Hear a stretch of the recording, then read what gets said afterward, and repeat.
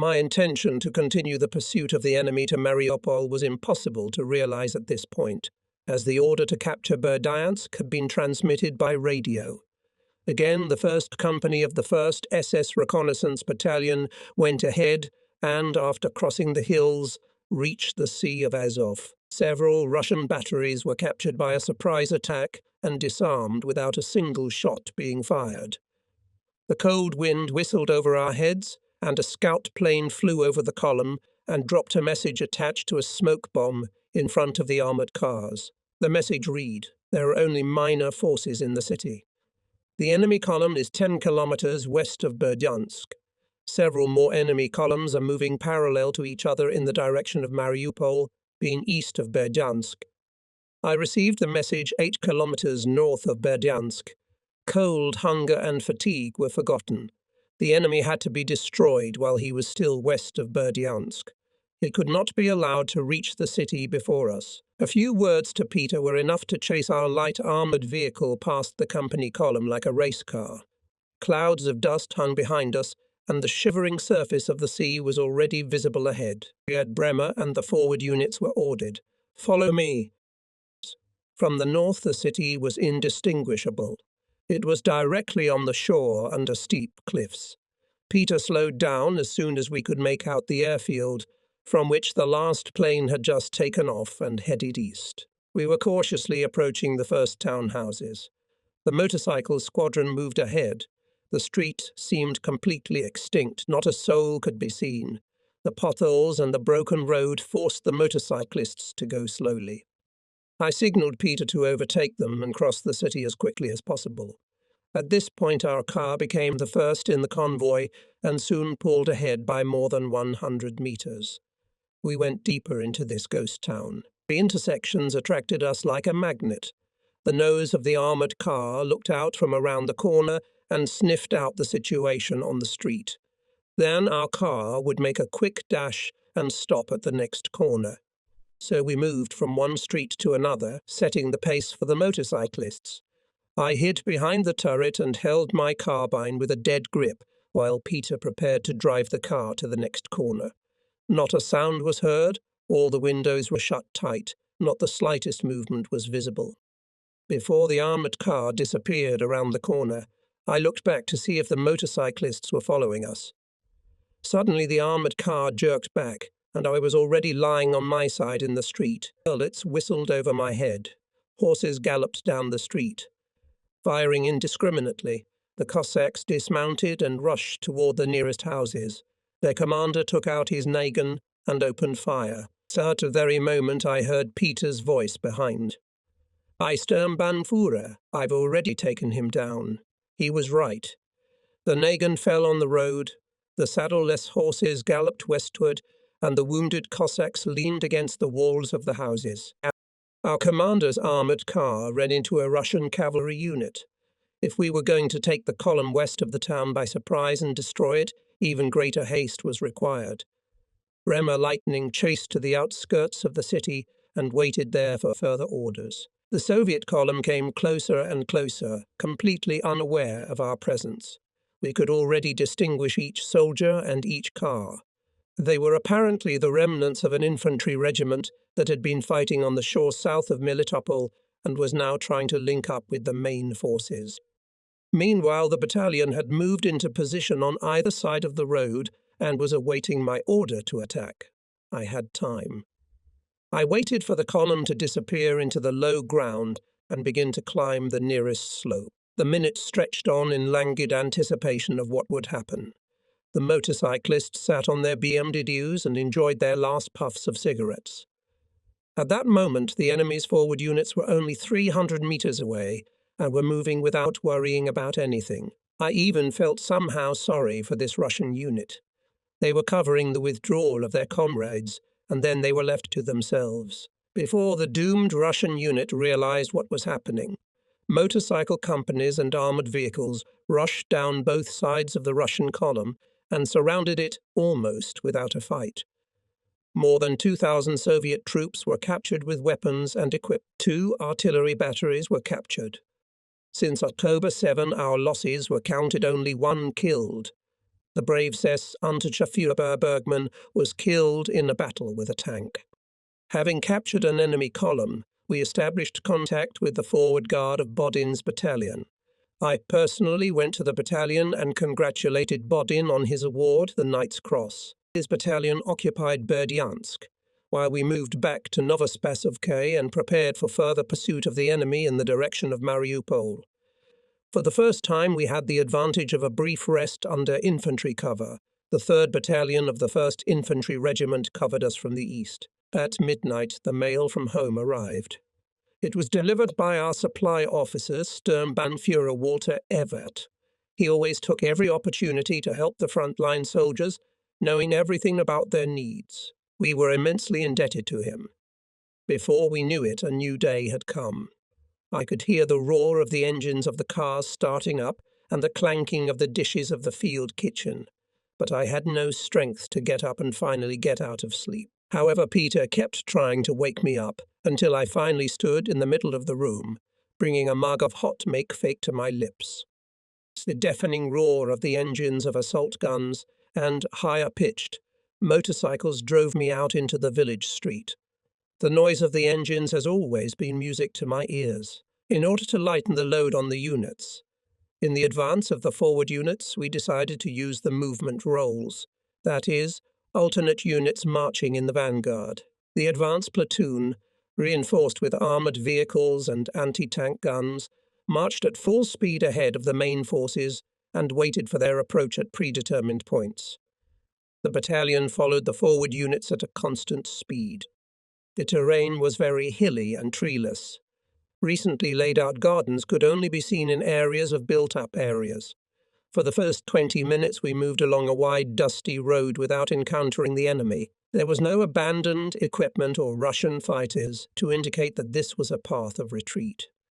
We had been moving towards the light of the advancing new day since 5.0 and at any moment expected fire from the defenders. But we encountered enemy resistance only about 7.45 at Mangush. The 1st Company of the 1st SS Reconnaissance Battalion attacked in marching order and broke right through this village. It was difficult to see on what principle it had been planned.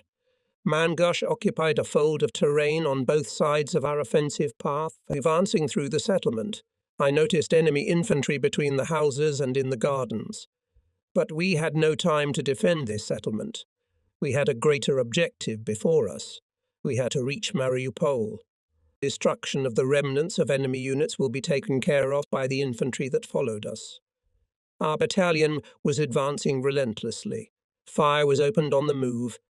2 kilometers east of Mangush, the forward units found well-designed Soviet field fortifications.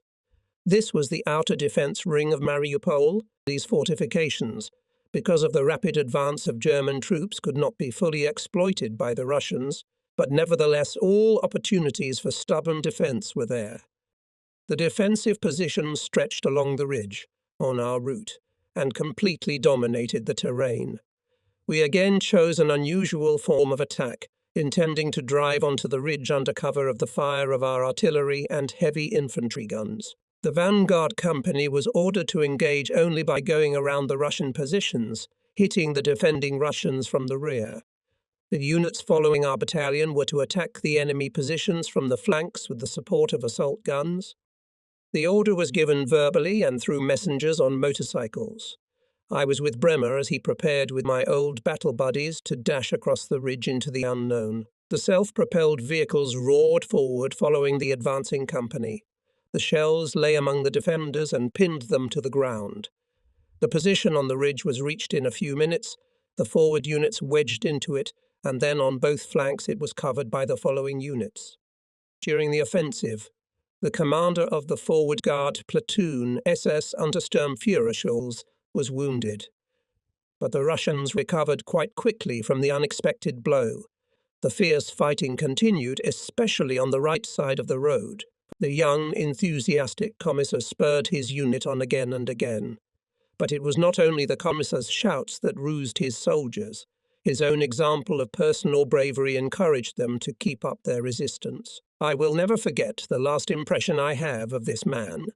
Stretched out to his full height, throwing the last grenades at the mail station.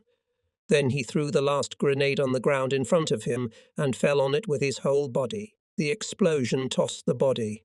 Its pieces fell to the ground. Such was the end of the fanatic. The 2 Soviet batteries that had been firing during our offensive were captured. Unfortunately, during this Operation Erich, the younger brother of our already fallen comrade was killed. I transferred his body to the wagon to preserve it. Over 300 Soviet prisoners were lined up in front of the newly captured defensive position. The prisoners claimed they had orders to withdraw to Rostov. So, forward. There was no time to lose. The Soviet troops had to be struck while they were on the... At 9:30, I stood on the highest point on the right side of the road and looked at Mariupol. It was a few kilometers away. The road led directly to the city. On the outskirts of the city, I could see roadblocks on the road, armoured vehicles arriving and departing. But what else was going on? A long column was marching into the city from the northeast. This column of Soviet troops stretched for several kilometers. Artillery separated from the column and took up a firing position opposite us. We also saw a group of Soviet troops on the march west of the city. The Russian troops were retreating along the Berdyansk-Mariupol road. Judging by the map, both columns would have to use the only bridge in Mariupol if they wanted to continue their withdrawal eastward. I concentrated for several minutes, looking at the columns of Soviet troops, and could not make a decision. The huge city with its gigantic steel mills, shipyards and airfields, the soldiers that the city ceaselessly absorbed into itself, managed to impress me. The eastern column of Soviet troops stretched to the horizon. Dark as a cloud, it rolled inexorably toward the city. Was it conceivable to even consider attacking such a mass with a force of less than 1,000 soldiers? A Soviet airplane took off and flew eastward. Was it not a direct challenge to us to take the risk and attack despite our misgivings? Didn't sending airplanes mean that the city was being abandoned? As always in moments of decision, I headed to the forward unit and listened to what my young soldiers were saying. If the plan was bad, if it didn't look promising, my guys became a litmus test of sorts, looking at me with indifference or hanging around aimlessly with their weapons. However, if there was the slightest chance of success, I felt their readiness to attack, their silent trust, which urged me to give the order to attack. The vanguard units were commanded by Sepp Mail, my comrade in arms back in the 15th Company of the 1st SS Infantry Regiment. Sepp had taken over command of the platoon after his platoon leader was wounded. He nodded to me, saluted and nervously lit a cigarette. Company Commander Gerd Bremer looked at me calmly. I always saw in his eyes that he would follow me to the ends of the earth. Never did I ever notice doubt or even a hint of doubt in him. My soldiers awaited the order to continue the pursuit. Intuition and experience gained in numerous battles made them believe in our success. Their confidence, their faith in the fighting brotherhood, and in their own strength led me forward. Fear of my own cowardice also drove me forward. The clock showed 9:45 when our forward units went on the attack and the first Russian shells burst dangerously close to them. Infantry guns and an 88 anti-aircraft battery engaged the enemy batteries and shelled the airfield. During the offensive, I noticed field fortifications on both sides of the road. They were right on the outskirts of Mariupol. Fountains of bullets from machine gun bursts ran along the ground in the distance, and the explosions of mines from mortars shook the black earth far behind us. Our offensive was unstoppable. Motorcyclists were rushing toward the city on both sides of the road. The barrier on the road was not completed. The defenders fell under the fire of the assault guns, only a few hundred meters to the left of the road. Enemy planes took off and disappeared, flying low over the flat roofs. They were flying in an easterly direction, but none of the planes attacked us. Could it be that the enemy aviation did not have time to take ammunition and bombs? Unlike other Soviet cities, there were tall, multi-story buildings on the outskirts of Mariupol. Since there was not a single tree or small house there, the abrupt change of scenery was depressing, even overwhelming. The forward units stopped after the first steep climbs and began to advance on foot. I too wanted to jump off my armoured vehicle and make full use of it as cover. The high walls loomed menacingly over us. I was only torn from my thoughts when Peter pulled into the circular square. SS Hauptsturmführer Fritz Bugelsack was suddenly on our left. Streetcars were moving in our direction. Trucks, tractors, horse-drawn carriages and hundreds of people made this large round square lively. Our armoured car suddenly found itself in front of a fire truck, whose driver stopped it in confusion. Shrapnel shells from Bugelsack's armoured car literally tore the car in half. The machine gun fire of our motorcyclists echoed eerily among the houses behind the square. Enveloped in fire, enemy soldiers ran around the square as living torches. Dozens of people caught fire from the explosion of the gas tank of the fire truck. The panic-stricken mass of people rushed in droves into the alleys, trampling everything under their feet. Barely catching our breath, we kept moving forward and blocked the streets. We shouted and yelled. The shells of our assault guns began to lay down in the crowded streets. The columns of Soviet troops entering the city were broken into pieces. Any semblance of order in them was lost. We, on the other hand, swarmed through the streets like locusts and tried to find our way to Rostov. The square was strewn with smoking wreckage. Only severely wounded or dead soldiers remained. The bulk of the Soviet troops, however, had disappeared. The corner building had become a command post from which further fighting could be directed. Bremer was advancing in the direction of Taganrog. At 13.10, the 1st Company of the 1st SS Reconnaissance Battalion was in Sartana, 2 kilometers northeast of Mariupol. A large enemy column was retreating along the main road to the east. When we reported the fall of Mariupol, we received the following reply from the division, apparently. "This is a mistake. You may have meant only Mangush." However, it was not a mistake. The town was taken by a daring assault by a handful of German grenadiers, whose speed prevailed over the inertia and indecision of the ruffians. The success of the day came at the cost of a wounded officer, a non-commissioned officer, and the lives of 4 soldiers, who were gone from us forever. The infantry that followed took over the mopping-up operations in the town and established guard posts outside the town and further eastward. We were amazed at the sight of the huge Azovstal plant. It stretched for several kilometers along the seashore and was equipped with modern production facilities. The plant fell into our hands safe and sound. The battle on the Sea of Azov with the fall of Mariupol ended. In total, more than 100,000 Soviet soldiers were taken prisoner in this battle. 212 tanks and armoured vehicles and 672 guns were captured. From 10 to 12 October, the battalion fought in the area between Mariupol and the Mayas River, several kilometers west of Taganrog. At 4:30 on October 12, the battalion tried to seize a bridgehead on the eastern bank of the Mayas and by a sudden attack to take the bridge across the river. Advancing, we came under hurricane fire of enemy artillery from the eastern bank of the Mayas. The 1st Company of the 1st Reconnaissance Battalion was thrown 700 meters from the bridge and was forced to hold there under enemy fire until dark. The main forces of the battalion managed to get out of the battle at Mayas without losses, but the forward units were badly battered by the Soviets. More than 20 soldiers and 5 officers were wounded. 2 battalion doctors were also among the wounded. At dusk, I picked up the body of my faithful Peter, SS Unterscharführer Erich Petersiel. He had been hit by shrapnel.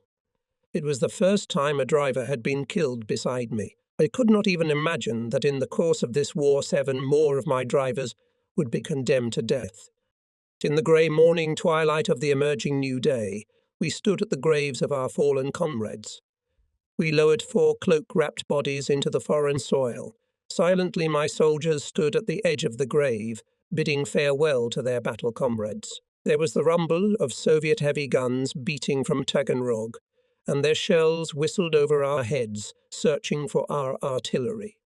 A detachment of liaisons on motorcycles, Peter's close friends, Weiser, and other staff officers, were waiting for my farewell speech. I was choked with anxiety. I could not utter a word. Tears ran down my face. A few wildflowers fell into the dark grave. I saluted Peter and turned away. Later I would write to his mother. The battalion fought, clearing the enemy from the west bank of the Maas until October 16 and followed Witt's battalion, which had entrenched itself at Kozelkin. On October 17, during the offensive on Taganrog, our battalion advanced southward. Witt's battalion was advancing on our left, and Frey's battalion was advancing on the assault on the city. Our infantry attacked the northern suburbs of Taganrog with incredible determination and stormed the city. Unfortunately, Frey's battalion came under fire from 2 Soviet armoured trains. Their fire pierced huge gaps in our battle orders until the armoured trains were destroyed by our 88 Mu guns. More than 80 soldiers were killed by the fire of the steel monsters bristling with multiple barrels. During the storming of Taganrog, we had our first opportunity to observe the organized destruction of the city by Soviet troops. Factories and institutions were blown up one after another. Thick puffs of smoke marked the path of retreat of the Soviet troops. When we rushed into the city, we saw huge piles of burnt grain. In Taganrog, we were shown in practice the policy of scorched earth. Those fleeing in ships were drowned by artillery fire. None of the Russians on shore thought of rescuing people from sinking ships. Only on Drescher's order the survivors began to be rescued and brought ashore. On the steep bank stood a monument to Peter the Great. The Russian Tsar, who fought for access to the southern seas, looked at the sinking ships. It was cold. The icy wind blew from the sea and heralded the imminent onset of winter. In the south one could see snow-capped mountains of the Greater Caucasus. The giants glittered, mesmerized, and they were not touched by the frenzy of humanity. We were freezing. Our uniforms hung in rags. There were no winter clothes. Our unit's plan of attack was still intact, but the new object of attack had not been determined.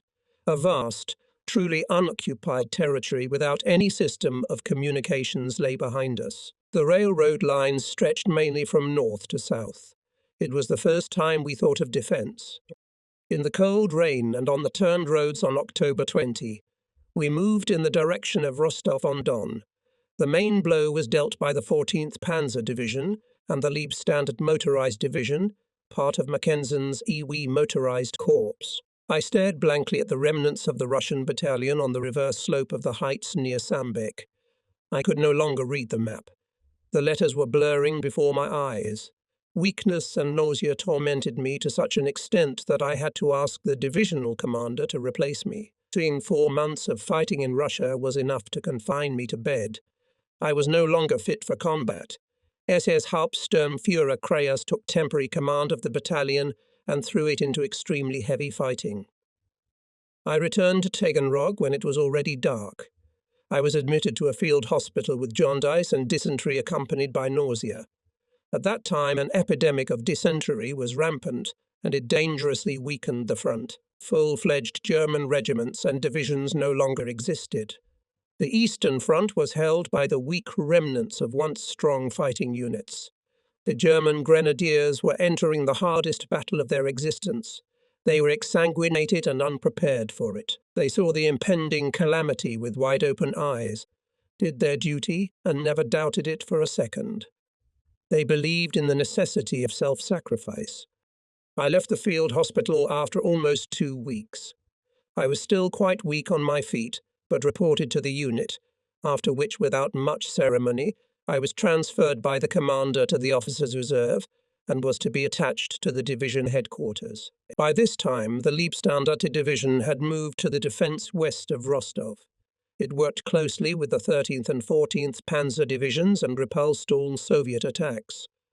The I Corps area of operations ran through bare fields, and the brutal cold froze the ground, making it hard as stone. It was impossible to dig a trench or even to furnish an acceptable position.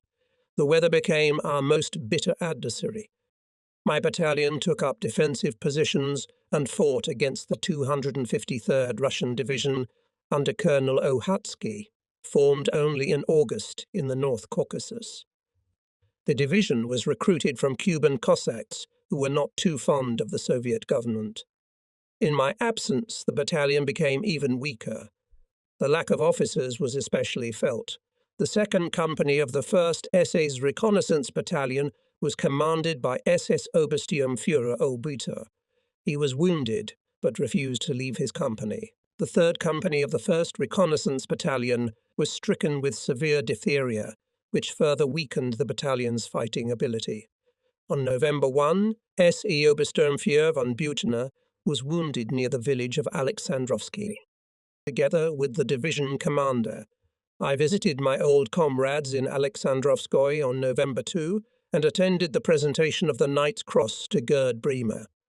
I noted with satisfaction the genuine joy of the motorcyclists at Bremer's award. The company deserved this recognition of its achievements.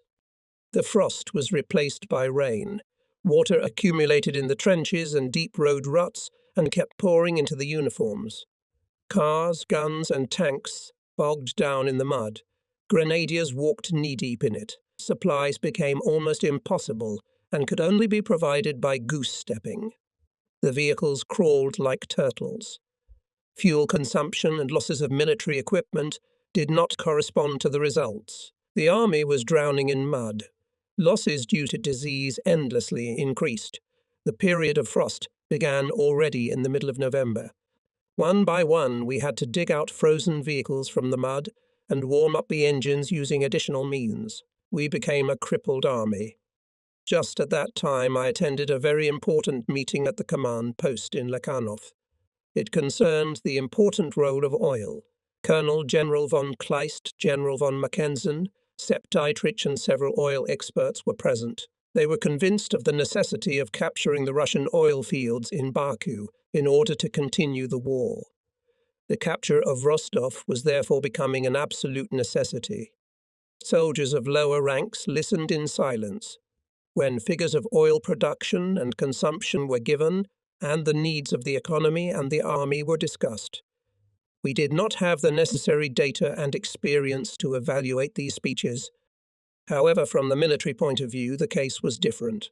Everyone warned against an offensive on Rostov, pointing to the high losses in the units, and in addition to the fact that the army was simply not ready for such an operation. Divisions were exsanguinated, lacked combat equipment. The situation with winter uniforms necessary for the winter campaign was bad to say the least. Fur coats and hats were delivered from Mariupol with great difficulty. German soldiers could not be distinguished from Russian soldiers at a distance of 100 meters. The state of health of the soldiers also left much to be desired. The commanders of units and formations assessed the situation with absolute accuracy when they said, "We will attack, we will take Rostov and pursue the Soviet troops beyond the Don, but we will not be able to reliably defend the captured city." In mid-November, 11 soldiers from the 2nd Battalion of the 1st SS Infantry Regiment were found in a cesspool of the NKV building in Taganrog. They had been captured in September and, judging by the testimony of the civilian population, had been thrown into the pit by the Chekists alive. The decision to attack Rostov was made on November 14. The main blow was to be struck from the west by the motorized division Leibstandart as well as the 13th Panzer Division, from the north the 16th Panzer Division. The attack was to have begun on November 16. However, it had to be postponed for a day because due to severe frost there were not enough tanks and armoured vehicles ready for the operation. My battalion was advancing along the road through Sultan Seyli and immediately came under heavy barrage fire on heavily mined and fortified terrain.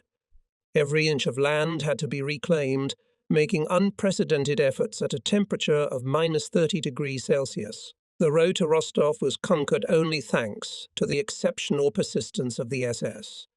My soldiers fought without me for the first time and fought perhaps the hardest battles they had ever fought. Fierce fighting developed along the entire front around Rostov.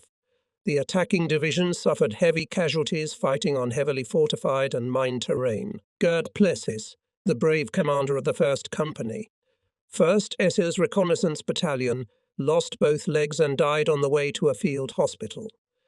Fritz Witt fought alongside his grenadiers. Colonel General von Mackensen demonstrated a shining example of true Prussian valor, patiently gathering all the will in a fist. The troops of the II Motorized Corps led by him, continued to step on snowdrifts and went on the attack together with the Leibstandarte. Grenadiers and generals marched shoulder to the assault across the icy fields near Rostov. The counter-attacking T-34s crushed the light anti-tank guns of the 60th Motorized Division and threatened a breakthrough, but then stood engulfed in flames under fire from 88 Mu anti-aircraft guns. Tears of rage ran down the faces of the artillerymen of the Light 37 anti-tank guns. They were powerless against the steel monsters. The German 37 Me anti-tank gun had become a museum piece. Its caliber was no longer sufficient to destroy the enemy's medium and heavy tanks. The grenadiers and tankers continued to attack with remarkable tenacity and resilience, and on November 21 stormed the desperately defended Rostov. The 1st Company of the 1st ASS Infantry Regiment managed to capture the bridge over the Don and occupy a small bridgehead. The commander of this company, Heinz Springer, was wounded 6 times during this operation, and the company had 12 bayonets left. The outcome of the battle for Rostov was summarized in the following or. Commander IE Motorized Corps, Corps Headquarters, November 21, 1941. Corps Order. Soldiers of the I Motorized Corps. The battle for Rostov has been won. On November 17 before noon, the Corps began the offensive, carrying out the task of capturing Rostov and seizing the bridge across the Don. The task was successfully accomplished by November 20. We captured more than 10,000 prisoners plus, at last count, 159 guns, 56 armoured cars, 2 armoured trains and a large amount of other military equipment. Soldiers of my corps, we can all be proud of this great new and successful demonstration of unit action to which each individual soldier has made an invaluable contribution. Neither the icy wind, nor the cruel frost, nor the lack of winter clothing and military equipment, nor the darkness of moonless nights, nor the enemy's tanks, his rocket artillery and thousands of mines, nor the field fortifications, which took more than 1 week to erect in advance and whose enormous size we all saw, nor the Red Army soldiers themselves. Nothing could stop our triumphant offensive. As a result of a carefully and skillfully prepared unexpected frontal offensive to the east of the energetic division Leibstandarte, with the active support of tanks of the 13th Panzer Division, the enemy defences were swept from their positions. The enemy was no longer successful, despite his fierce counterattacks, especially against the 14th Panzer Division, in trying to prevent the daring breakthrough of our 2 formations into the northern suburbs of the large city of Rostov, and all the way to the Don and the bridges on it. The remnants of the retreating enemy troops attempted to escape by crossing the Don. Thanks to their determination, the 1st Battalion of the 1st SS Infantry Regiment of the Leibstandarte Division, a unit accustomed to winning, even managed to capture Rostov's railroad bridge intact. At the same time, by a decisive offensive carried out far to the east and southeast, the 60th Motorized Division successfully covered the open flanks of the corps and took Aksayskaya, while units and units of the 13th Panzer Division quickly and decisively pursued the retreating enemy to the east.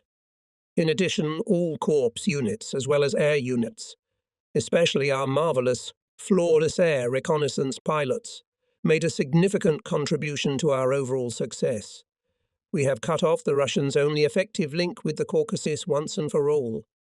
Now we must hold on to what we have won in order to open the door to new victories as soon as the Führer orders them. We also salute him with our Sieg Heil. Signed von Miskensen, General of Cavalry. Victory had been won, but as it turned out, disaster was already brewing.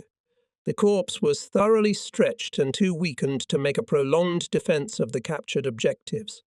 Our units, which were battered and exsanguinated, were under continuous attack by superior Soviet forces.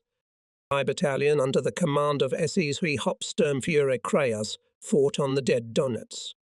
The Dead Donets branches off from the Don near Rostov and forms the northernmost, right-hand branch of the Don Delta. The battalion held a position 8 kilometers across the front.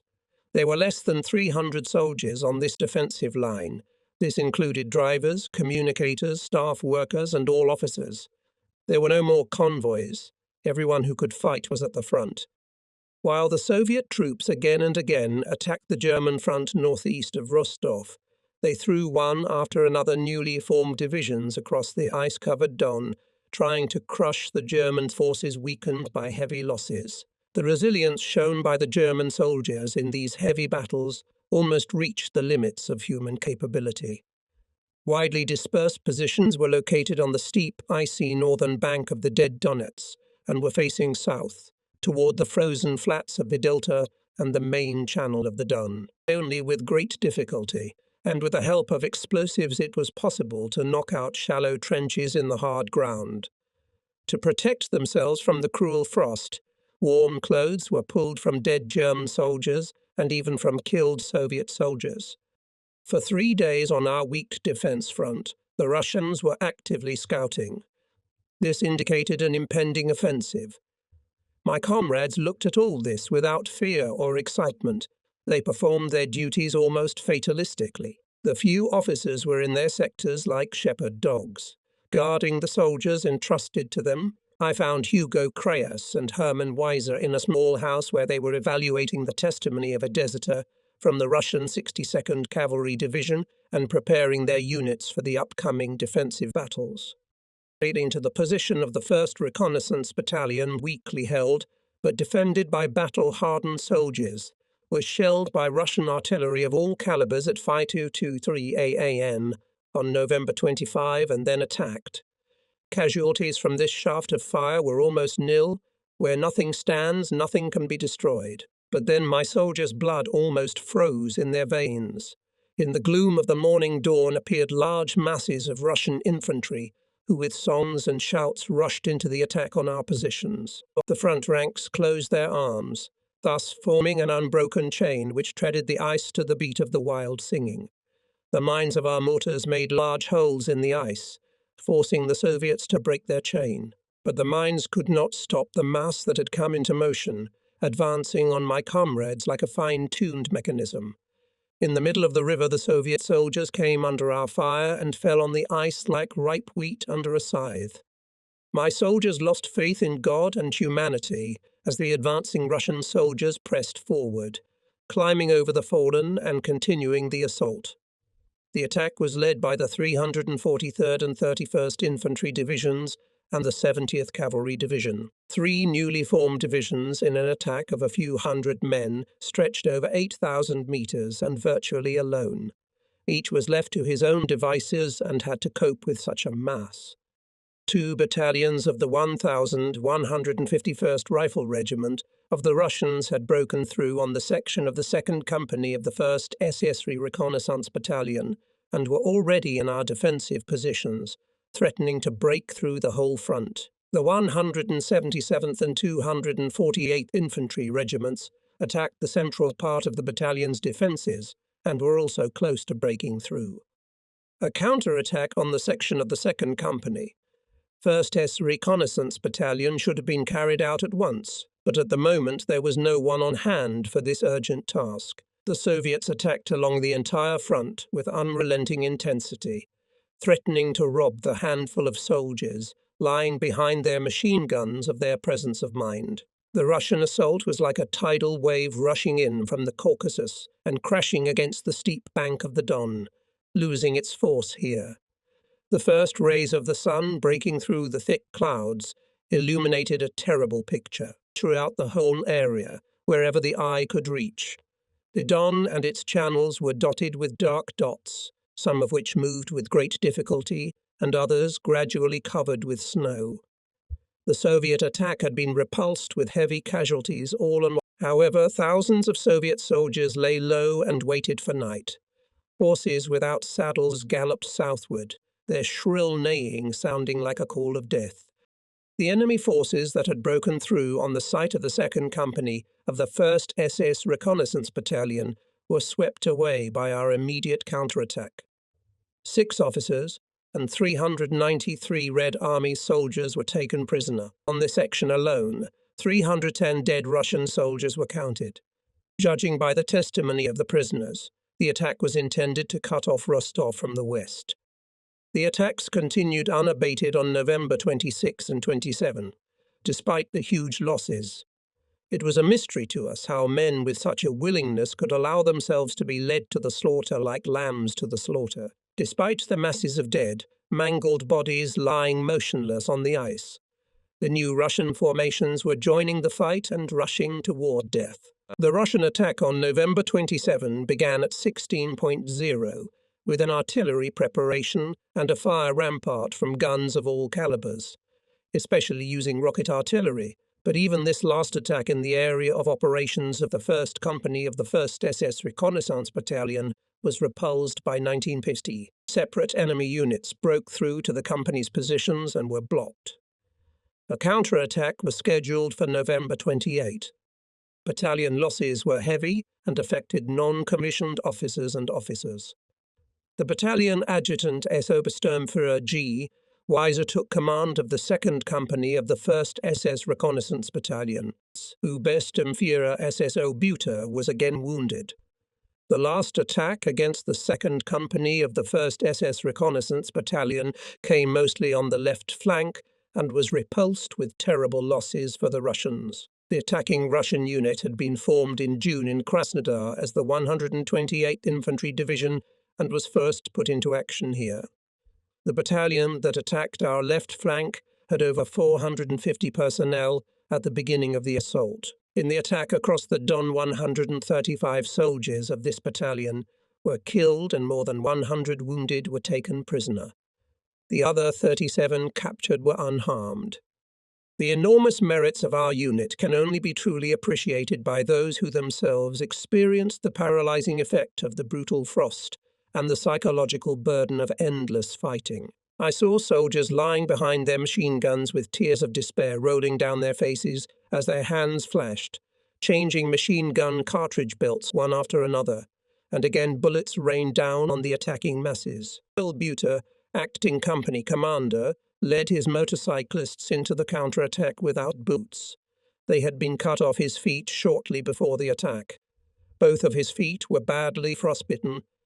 In this battle, the winner was every fighter. Relying entirely on his own strength, every other soldier was in position lying behind a machine gun. He fought the hardest battle of his life without prompting, orders or other actions of superior commanders. The wounded were bandaged and transported by truck to Taganrog. The soul-wrenching cries of our wounded soldiers in unbearable pain were harder to bear than the most terrible attack. Since we realized that our daily losses would not allow us to successfully defend for a long time, we were left to wonder where our front would collapse. The fighting did not stop even as darkness fell. The area in front of the positions of the 1st Company of the 1st SS Battalion was cleared of the enemy with the help of several assault guns. By 9.0, the breakthrough was eliminated. More than 300 dead were left lying on the approaches to the positions. The prisoners dragged their wounded comrades with them, but even after this battle, which cost the Soviet troops dearly, they continued to attack. Only by about 14.0, the enemy retreated to a distance of 2-3 kilometers, but constantly intensified the fire of his artillery.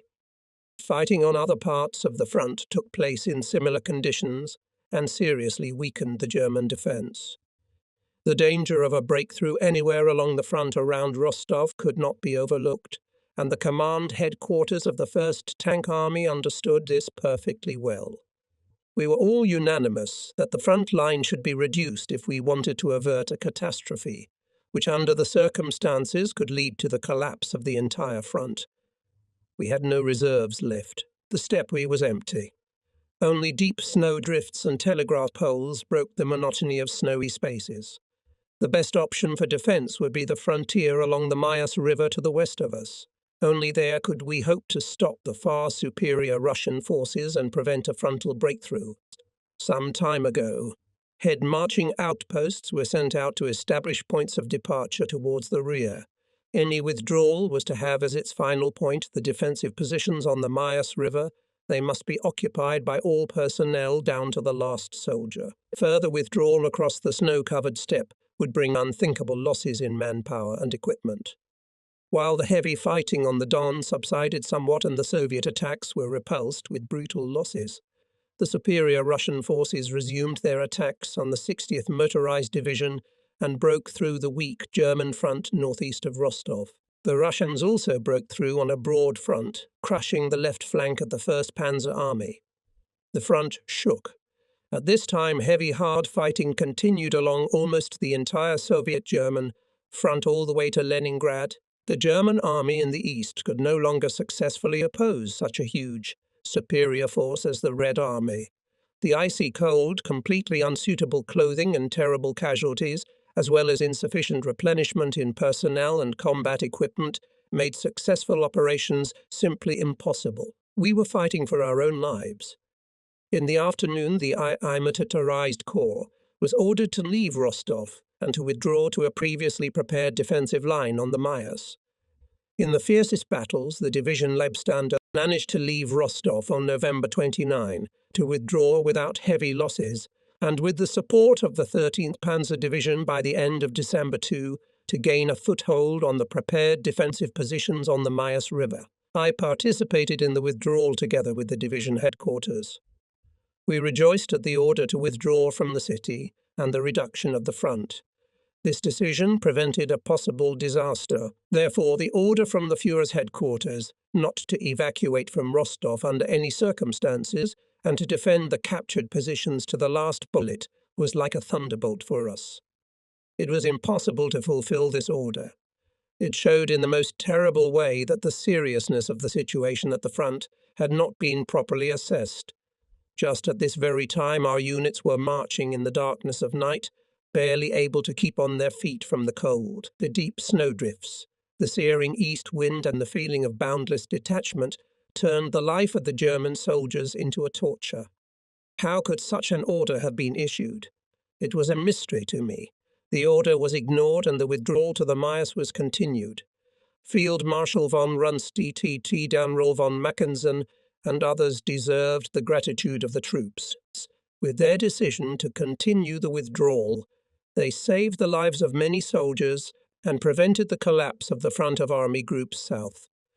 It should also be mentioned that Sepp Dietrich condemned the Führer's fanatic order in the strongest terms and defended the decision of the command of Army Group South to withdraw the II Motorized Corps as the only possible one. I think I am right when I say that he unequivocally sided with Field Marshal von Rundstedt in that difficult hour for him. However, Field Marshal von Rundstedt was still removed from command of Army Group South and replaced by Field Marshal von Reschenow. Meanwhile, Russian divisions attacked our defensive positions with unrelenting force. The breakthroughs could only be eliminated by extraordinary efforts. My battalion was on the left flank of the Leibstander Division and maintained contact with the 60th Motorized Division. The units were able to hold their positions, interacting with each other during the battle and establishing strongholds, all with the help of Russian volunteers. The combat effectiveness of our units was so weakened that commanders even began to use anti-Bolshevik Russians in the front units. So I was not surprised when, visiting my soldiers in their positions, I met sometimes almost more Russians than Germans. The volunteers were mostly from either the North Caucasus or the Ukraine. Their enthusiasm was boundless at the time, and it was for this reason that they were accepted by our soldiers. In December, during a hurricane artillery bombardment, I lost one of my best comrades. Our excellent interpreter, the brave Heinz Drescher, was one of the most gifted officers in the battalion. He was always an example to others both in life and in battle. He found his final rest on a railroad embankment in Taganrog. Shortly before Christmas, I was incomprehensibly lucky. I received permission to fly home. I flew with a few comrades from Taganrog on a U-52 transport. We flew through Uman to Lvov, and there I took a train.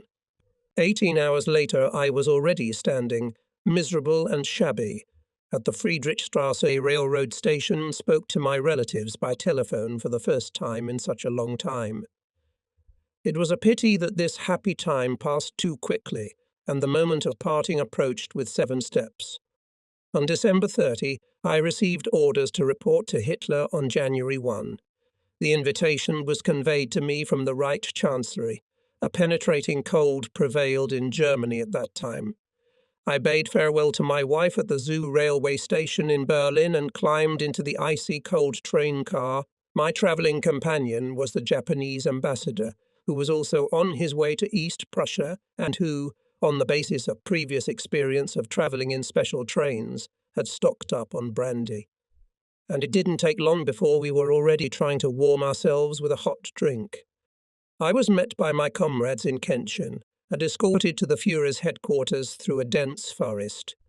We were checked at several posts and reported by telephone at the last post. The security functions here were performed by the personnel of the Motorized Grenadier Division of the SS Greater Germany.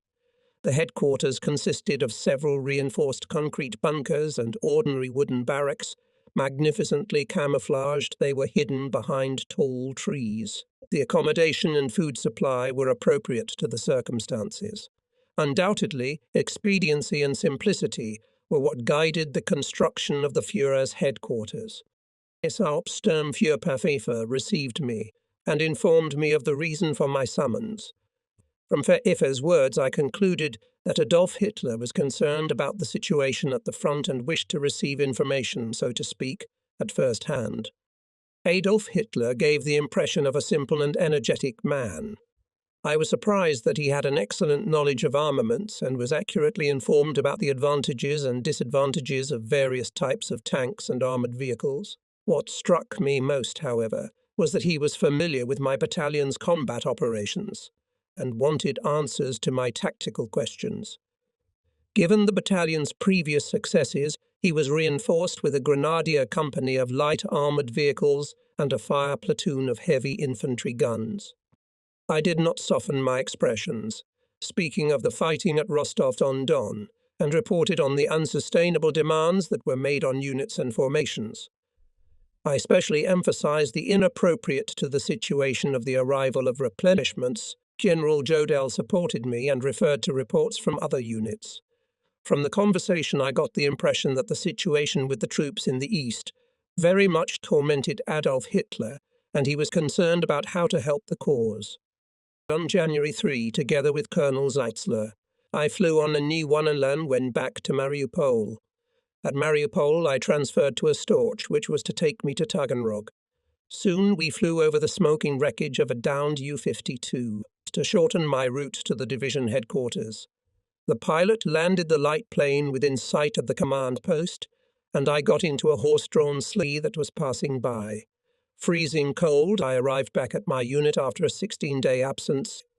That same night, I took over from Hugo Krayas, who was temporarily acting as battalion commander, and in the grey morning twilight I rode through my unit's positions for the first time after such a long break. From the beginning of the Russian campaign until December 15, 1941, my battalion had suffered the following loss.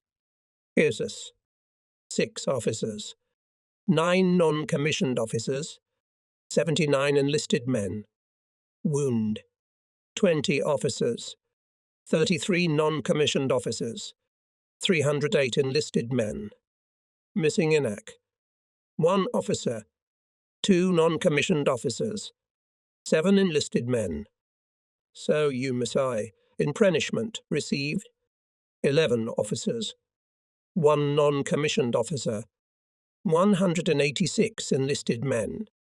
During the same period of time, the 1st SS Reconnaissance Battalion captured 112 commanders and 10,142 Red Army soldiers.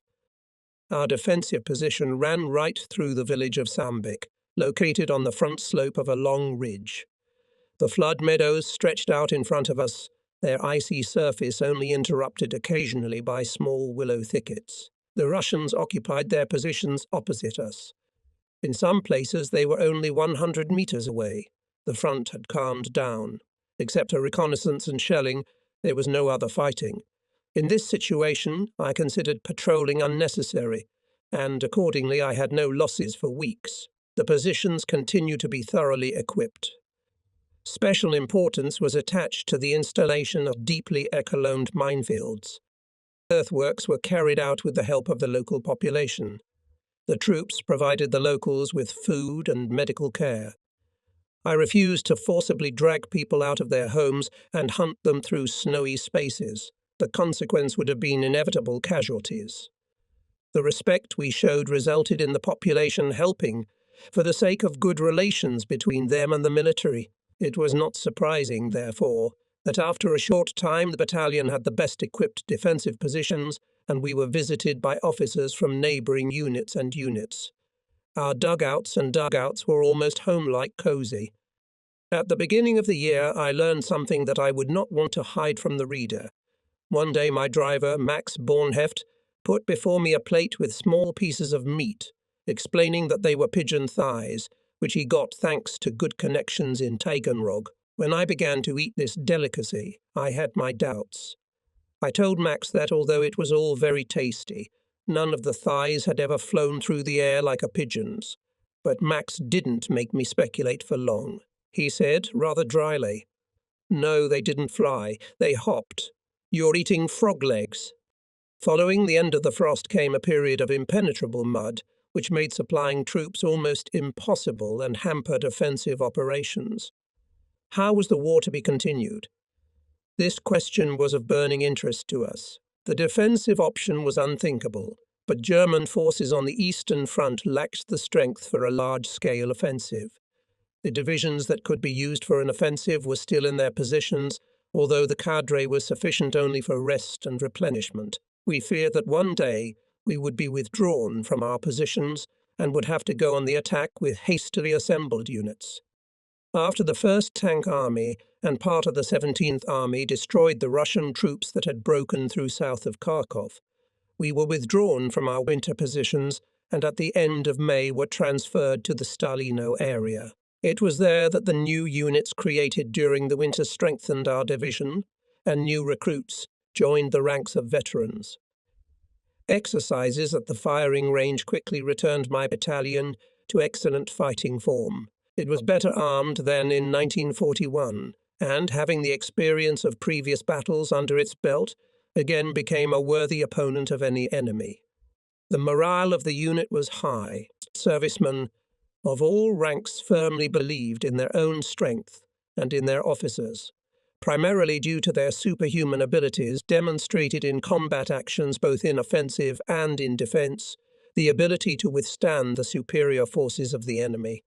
Quite unexpectedly, in early June 1942, the Division Leibstandarte was withdrawn from the troops, preparing for a major offensive in the south of the Eastern Front and transferred to France in anticipation of a possible landing of the Allied coalition forces. My battalion was transferred to the Caen area, and headquarters was cantoned at Bretteville-sur-Lez. A little time passed, and there were no more secrets for us in Normandy. Every possible situation had been rehearsed with and without troops, and the result was a level of preparedness that could be confidently countered by the best peacetime military unit. In the fall, we were preparing to deploy to North Africa, but fate had it differently. The tragedy of the 6th Army at Stalingrad called us back to Russia. Only luck saved our division from defeat at Stalingrad. Divisions that fought beside us in 1941-1942 were going into their last battle here. Others were waiting for our help. We left France at top speed and moved eastward again. Our objective was the front east of Kharkov, fighting in the winter of 1942-43. On November 19, 1942, began the largest offensive since the beginning of the war, organized by the Soviet Stavka of the main command, the offensive at Stalingrad. About the general situation formed the following picture. The enemy deployed a large number of manpower and equipment, especially tanks, which had not been seen before.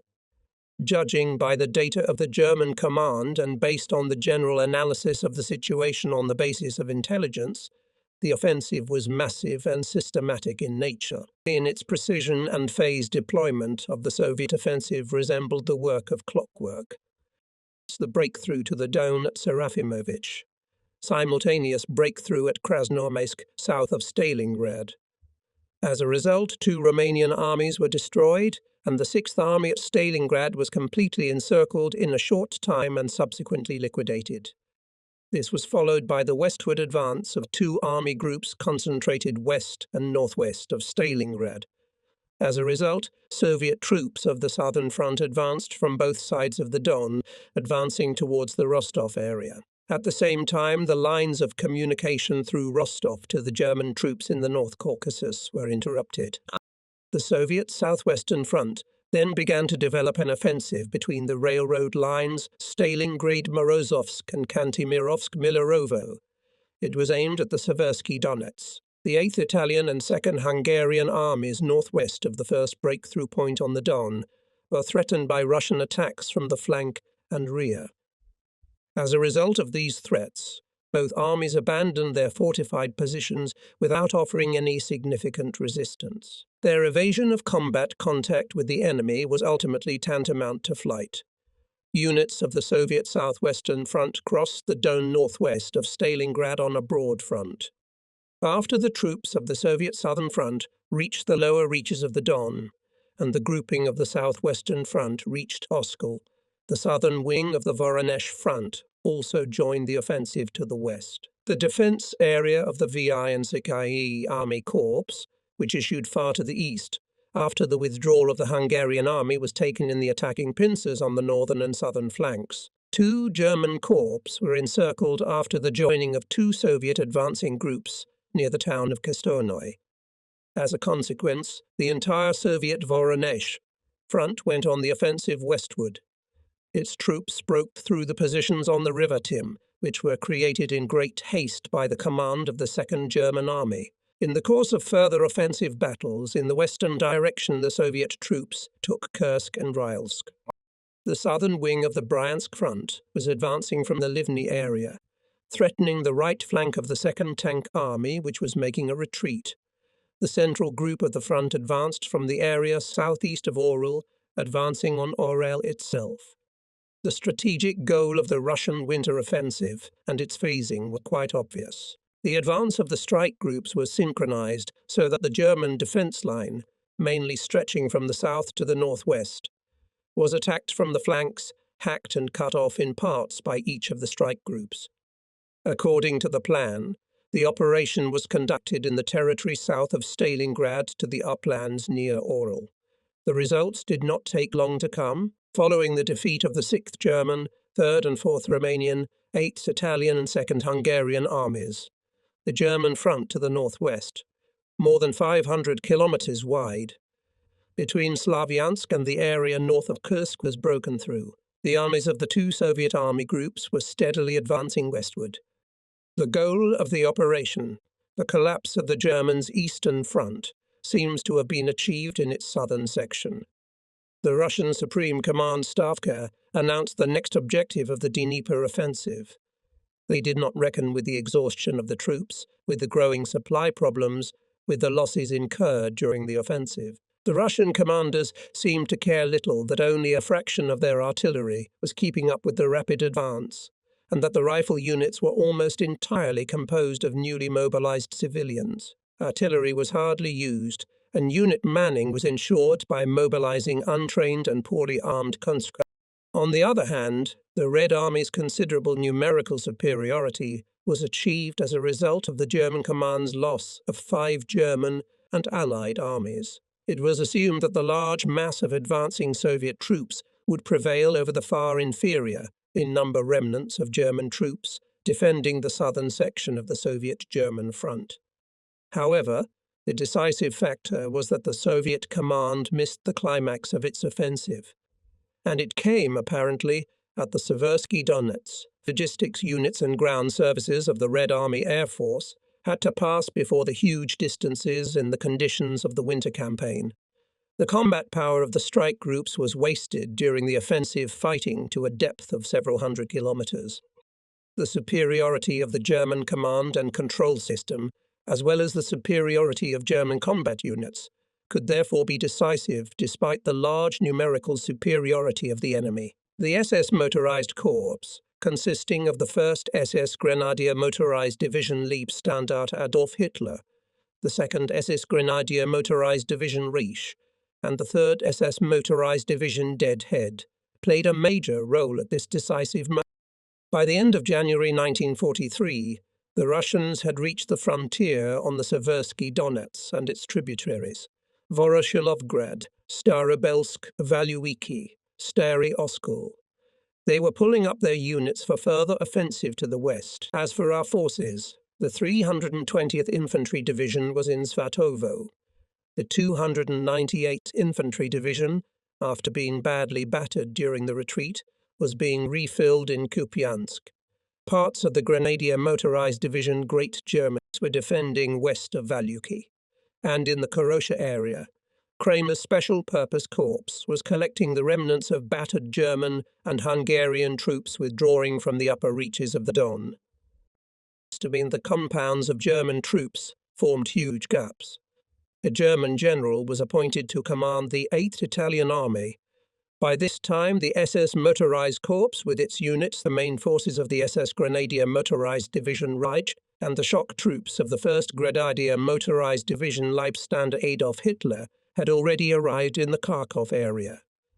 Division Leibstander positioned on both sides of Chugev on the river Seversky Donets. The decision of the headquarters of the General Command of the Armed Forces to engage the SS Motorized Corps in a massive counterattack after its regrouping was upset by the rapid Soviet offensive. First, it was necessary to prevent a breakthrough into the Corps area of deployment. Units of the Reich Grenadier Motorized Division were moved forward to cover the area west of Valuek.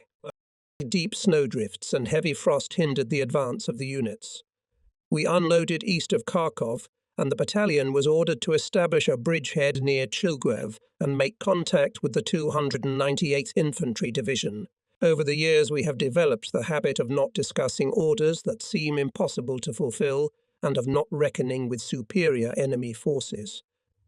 The usual standards for the conduct of this war were no longer appropriate. German soldiers were expected to display truly phenomenal abilities. We were not surprised when it was assumed that the Leibstandarte should defend a front 90 kilometers wide and disrupt the advance of the Russian 6th Army. Thick planks cracked under the weight of armoured vehicles, moving cautiously across the long wooden bridge over the Seversky Donets near Chugev. I led my battalion to the old Russian positions of the winter battles of 1948-2. They stretched along the Donets, and I thus spared my soldiers from having to dig new trenches in the frozen ground. Through the snowy expanses, groups from the remnants of the defeated Italian units came to us periodically. From the side of Kupiansk to the river came separate units of the German convoy with wounded German soldiers and half-starved horses. Retreating soldiers silently dragged across the bridge. They were no longer fit for combat. The battalion was to cover a front about 10 kilometers wide, and in addition, 2 companies were to help the 298th Infantry Division withdraw from the battle at Kupiansk. The 298th Infantry Division fought desperately against the superior Russian forces and retreated through this town. The 2nd Company of the 1st SS Reconnaissance Battalion, commanded by SS Obersturmführer Iser, was fighting north of Kupiansk near Debrechnaya and was now making its way into Kupiansk. The continuous German front line no longer existed. The situation continued to deteriorate inexorably. The strongholds established by the Germans were flanked and cut off from communications by superior Russian forces. Snowdrifts on heavily rugged terrain made combat operations almost impossible and forced German troops to move along the few possible roads. Artillery was stuck on uphills. It could not be dragged by tractors or horses. The icy roads were as smooth as glass. Familiarizing myself with the situation on the map and visiting parts of the 298th Infantry Division on the spot led me to the conclusion that the division's position had become unprotected and would be crushed in 24 hours at the latest. And in a few days the Russians would attack my battalion and attempt to seize the crossing at Chugev. Nitel's company remained with the 298th Infantry Division. It was to engage in rearguard fighting, using its armoured vehicles, on the road and then return to its battalion in positions east of the Seversky Donets. I returned to the battalion at dusk and found a number of German soldiers who had fallen behind their units. They were terribly pleased that they had been able to join a German unit. The situation became even more threatening. The Soviets were tearing forward toward the Seversky Donets, threatening to cut off the units that were fighting east of the river. I was very worried about Nittel's company, which was still with the 298th Infantry Division. In the meantime, by all means at our disposal, we had improved our positions and equipped them for a circular defence. By happy chance, our armament was also augmented with new systems. A dozen 75 mm anti-tank guns and 6 heavy infantry guns were delivered to us from the railroad sidings. The shortfall in manpower was made up from among the soldiers who had fallen behind in their units. The 3rd Company of the 1st SS Reconnaissance Battalion was able to break away from Soviet troops on the Kupiansk-Chugiv road and arrive at the battalion without serious losses. The 298th Infantry Division continued to fight its way westward through snowdrifts and in icy winds through the trackless terrain south of the road, losing all of its artillery in the open snow-covered spaces. At this point, all communication with the division was cut off. I moved in the direction of Kupiansk with 2 armoured escort vehicles to orient myself to the situation relative to the enemy. A wicked snowstorm was beating in our faces when I saw an ox-drawn sleigh a few kilometres ahead. We slowly approached them. 2 armoured cars had stopped and were providing cover, were the sleds a track. On them was CS Unterchef Kruger, who, despite his injury, was able to waddle to the sled and elude the Russians. I learned from Kruger that there were still soldiers in the neighbourhood who had fought off the 298th Infantry Division. Half an hour later, we found about 20 soldiers of that division on the vast snow-covered plains on either side of the road. I have seldom seen such gratitude as that of these soldiers. After all, they had almost parted with their lives. Overnight, the ender snow drifts would have buried them here forever. We watched the vague outlines of Russian tanks slowly making their way westward on the left and right sides of the road. The tanks avoided moving along the road, maneuvering over heavily rugged terrain, obviously trying to take our bridgehead in pincers and grind it to pieces with their armoured jaws. As a result of my observations, our anti-tank defences were appropriately echeloned and the tank fighters prepared to meet the enemy. The clash was to take place in the next 24 hours. Would we be able to withstand the Soviet onslaught, or would we succumb to the superior enemy forces? The Red Army, intoxicated by their victories, were about to pass a death sentence on us. My soldiers had studied the situation to the smallest detail, as well as internalized the way the fighting was supposed to be conducted. I intended to deliver a crushing blow to the Soviets without putting my own troops at great risk. While the anti-tank guns took up positions on either side of the road, the skittish tank fighters and assault guns positioned themselves on the battalion's flanks. I maintained contact with all units, either by radio or telephone. The units responded in a split second and were confident in their strength. They had no fear of the advancing Russians. At dawn the next day, the white expanse of snow still lay, glistening, in front of our positions, and the sun heralded a wonderful winter day. The terrain rose with a slight incline in front of us for about 1,500 meters, giving the attackers no opportunity for cover or camouflage. To the attackers, if they acted as I expected and let their infantry down both sides of the road. In that case, the long slope would be fatal to the advancing Russian soldiers. We were positioned under tall trees and could only be seen at the last moment. To ensure complete success, I gave orders not to rush to open fire, and to do so only at my command. Well prepared, we waited for the battle to begin. From an observation post high above the western, right bank of the Seversky Donets, I had already been informed of the approach of the Russian vanguard. Our artillery was silent. The Soviets were expected to believe that they had destroyed the last German combat-ready unit east of the Donets, and that only the weak forces of that division were in the area of the bridge. About noon, the Russians moved on our bridgehead, advancing to the left of the road. At first they stopped on a ridge looking from the heights of the Seversky Donets and its wooded banks. Then they moved on again and advanced in attacking order, On the extreme right flank of the Soviet troops I saw 2 KV tanks, which, if they do not change the direction of movement, will fall directly into the net of anti-tank guns. Their fate was already sealed. The head attacking unit hesitantly approached our positions. By this time we had not yet fired a single shot. Everything was quiet. I was unable to observe Bremer's section, but I was kept informed of what was happening in his company. More and more Russians were coming over from behind the ridge and pacing down the slope. The whole slope was covered with little black dots. Now and then the lead unit stopped and listened intently. Hearing nothing and seeing no movement in our positions, the advancing Russian soldiers marched westward again. And how were things with us? My soldiers were crouched in their trenches waiting for the fire order that would force them into action. They were freezing. They had been out in the cold for a long time, lying on ice and snow, clutching their weapons with stiffened fingers. In the next few seconds, they would engage the Soviets. I heard in my telephone receiver the distance countdown from the left flank. The phone had been working the whole time. The artillery was reporting target coordinates. The bow radioed 500 meters more. A few minutes later, only 200 meters already separated the Russians from the 1st Company of the 1st SS Reconnaissance Battalion. The company asked permission to open fire. I forbade it. Both Russian tanks were moving down the slope to align with a lead attacking unit. It's the voice of Bohr, who was acting commander of 1st Company. 1st SS Reconnaissance Battalion came over the receiver, another 100 meters.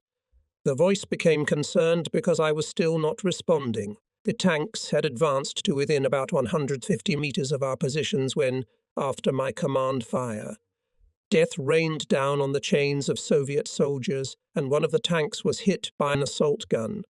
The harvest of death was horrifying. The rearguard units of the Russian troops soon ceased all movement. They had fallen into a death trap. The slope had become ruinous for them. However, what was the use of our successful actions in the defense east of Chuguev, when the front was unstable for several hundred kilometers? On February 8, the crisis was already developing on both flanks of our defense front near Kharkov. 2 Russian armies were closing the ring of encirclement on the flanks. To the south, the 320th Infantry Division received the order to withdraw too late, and since February 5, it had to slowly, with fighting to make its way west. The Russians probed the Liebstandar from the front and bypassed the southern flank at Zemiev. Between our flank and the flank of the 320th Infantry Division was a gap of 40 kilometers. The advance of the Russians west of Zemiev threatened the southern line of defense near Kharkov at Myrifa. Task Force Kempf with tanks from Liebstandart was thrown in the direction of Myrifa with the task of blocking the Russian road to Kharkov. Our northern flank was also threatened. German troops were fighting northeast of Belgorod and had already been outflanked. The Russian operation to encircle and storm Kharkov had already begun, and there were no forces that could prevent it. At the same time, the Soviet High Command was preparing an offensive in the Donetsk Basin, in addition to the offensive along the entire front from Belgorod to Kharkov. In the intentions of our enemy included a sudden blow to cut off the Germans defending in the Donbass, striking from Slavyansk to the Sea of Azov. Then the Russians hoped to destroy the Germans surrounded in the Donbass. This fatal blow was to be delivered in the direction of Lozovaya, Pavlograd, Dnipropetrovsk, Zaporozhye. For this operation, 5 tank and 3 rifle corps were concentrated north of Slavyansk. The Soviet 1st Guards Army, following the capture of Izium, would move southwest, meeting no resistance.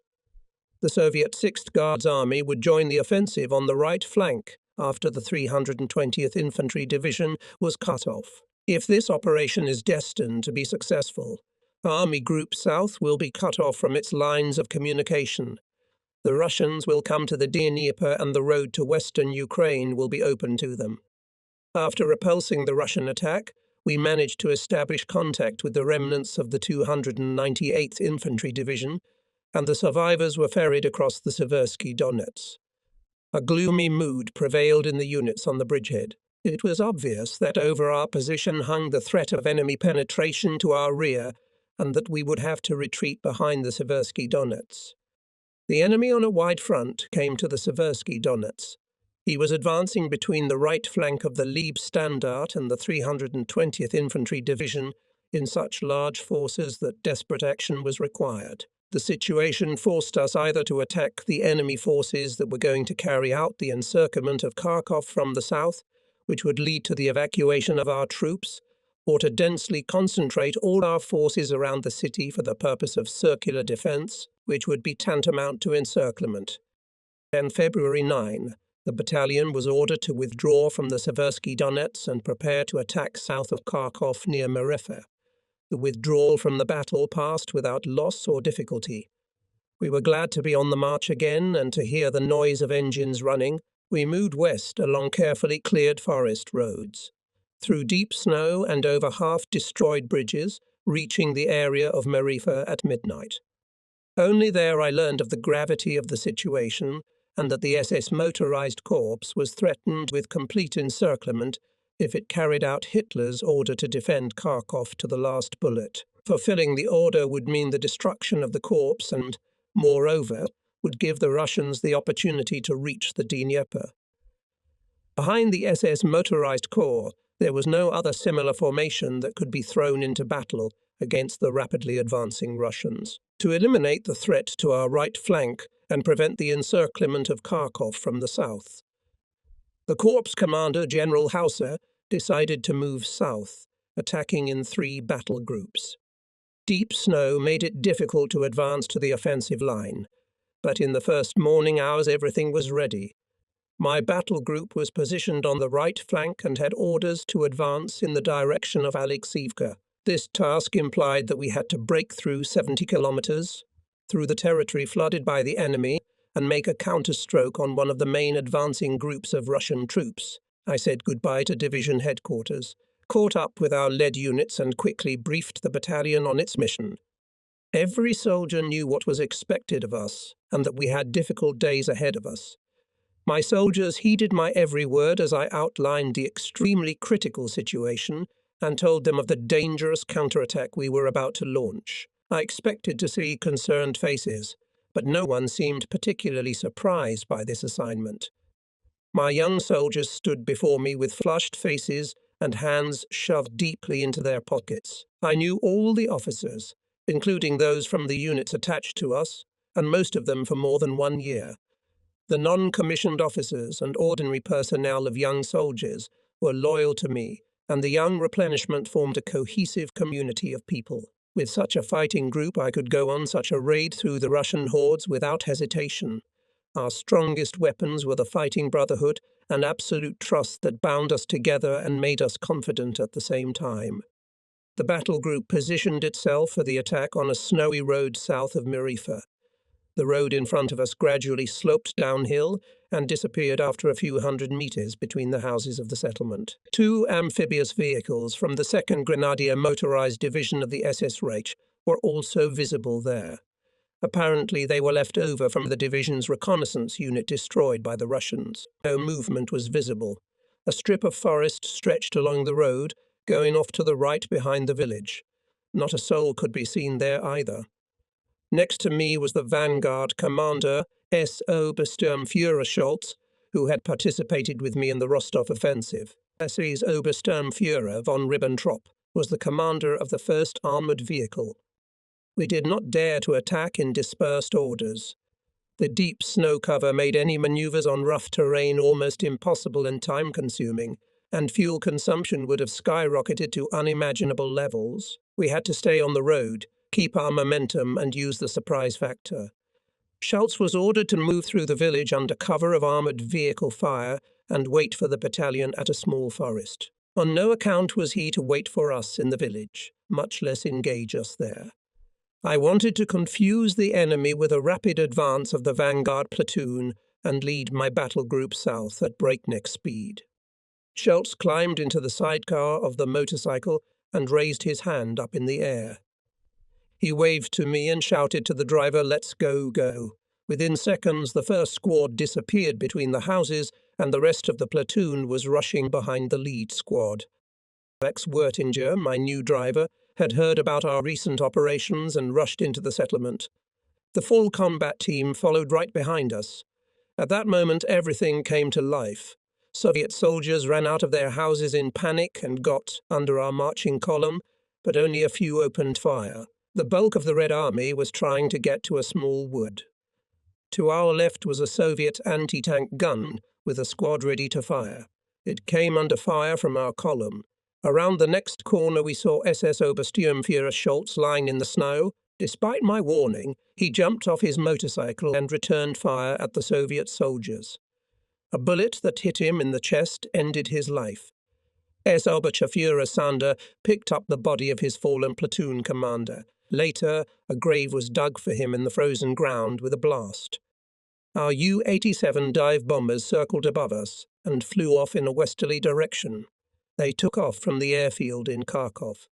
They shook their wings in solidarity and fired their airborne weapons at the enemy columns. We learned from the testimony of a prisoner that they cut into the vanguard of the 6th Guards Cavalry Corps and moved right through the Corps' location. We daggered into its westward advancing head columns. In the afternoon of February 11 began a heavy snowfall with a blizzard. Snowdrifts made any advance impossible. We had to clear the way with shovels. The snowstorm held us in its embrace with terrible force. Our cars were literally running into each other. Overtaking was impossible. The road became a deep trench in the snow. Armored vehicles were breaking through the snow like snowplows. Meter by meter we advanced through the glistening white wall. The enemy appeared only in vague outlines. Both sides were fighting the almighty weather.